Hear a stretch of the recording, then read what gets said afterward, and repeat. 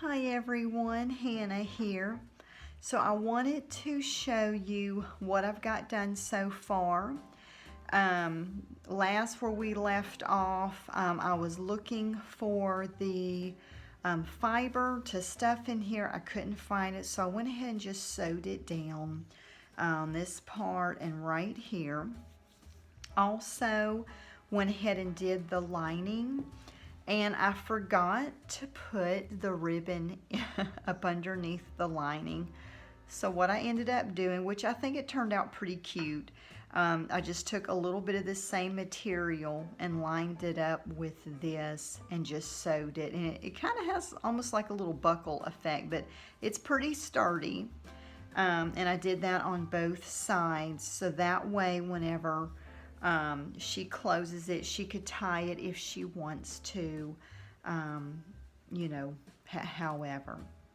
So the next thing I did, I worked on a page, and it's where I took the measurements that I gave is what I got from the video, but that didn't work for me. For some reason, it was making the pages really narrow, so I'm going to have to edit what was on the previous video.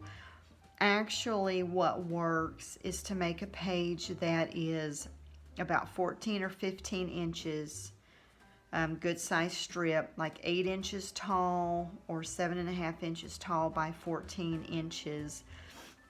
So that way, after you sew your snippets on there and fold it in half, it's a pocket page. So I'm not sure. I thought those were the measurements that I got from Artie Mays' video, because I wrote everything down, so I either wrote it down wrong or something happened. But it's a big deal because the fabric kits that have went out had that wrong measurement on there. It's not a deal breaker. You could take the 7.5 by 6 inch pages and just sew them right down the middle, so that when you sew on your snippets, you just fold it in half, sew around it, and make a pocket page. Now, one thing to make your page look a little prettier,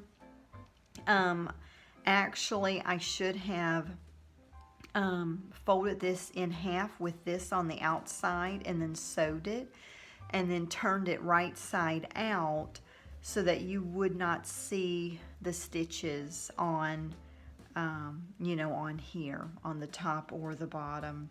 I didn't even think about that till after the fact. So, but since I did it on the first one, I'm going to go ahead and do it on all the other ones, just so everything is cohesive. But that is an idea if you're wanting to hide your stitching, to fold it inside out. You know, or flip it inside out where this is showing on both sides. Sew it top, bottom, then turn it right side out, and then you'll have your pockets and you won't see any stitches. As throughout this next part of the video, because it's really hard to get all of this on video, what I did was, everything is by pictures, step-by-step pictures here in a little bit, and it's going to show you how I decorated this page and how I marked everything. So you fold this in half. I took a Stabilo pencil or a white charcoal pencil, and I just, you know, kind of stuck it up in here, drew a line down, enough to get a little bit of a line, and then just kind of made it a little darker. I didn't go all the way to the edges because my pages are not going to go all the way to the edges, and I don't really want a lot of that peeping out. So, so that was my center, and then we're going to have 4 pocket pages. So pocket page, pocket page, pocket page, pocket page. So that's the explanation of these other 4 lines, and you just take and just put it right on that line and just do a little stitch down. If you are not stitching and you are gluing, Then what you want to do if you're using Fabri-Tac, I would recommend Fabri-Tac, or even hot glue just to hold it in place, and then reinforce with some Fabri-Tac. And then you're just going to want to maybe clip it, or have a book on or something to lay until that glue sets. Stitching is really the way to go, but not everybody has a sewing machine or knows how to sew. You can still make a fabric book with hot glue gun or some Elmer's glue or Fabri-Tac. The drying time just might take a little longer on getting your pages set. But I love the way that this has turned out, just so cute. I cut different things out and made this little page, and because of the way that I did it, you cannot see the stitching. It covered up all that, so it's real pretty as far as that goes. And I will be making 3 more pocket pages as well as the envelopes. And since we're coming up on Thanksgiving here, it's going to be a good week before I can get another video up. We are going out of town, and we'll be gone the whole week of Thanksgiving. And then that next week, I'll be trying to get another video in so we can wrap up this series.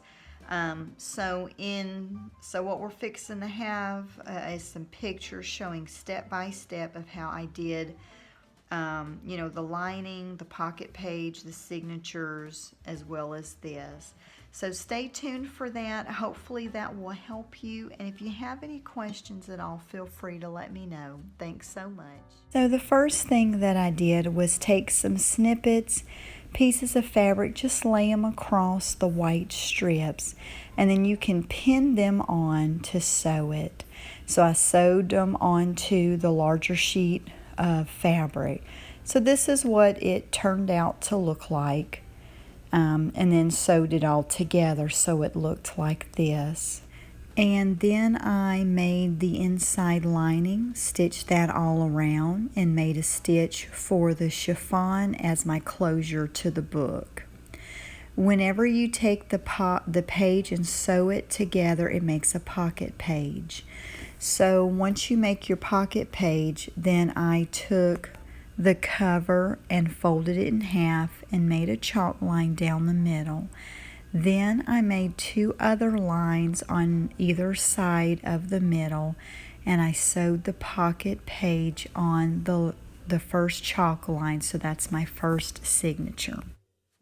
Stay tuned for our next video where we will make our envelope pages and sew everything together to complete our book. Thanks so much for watching.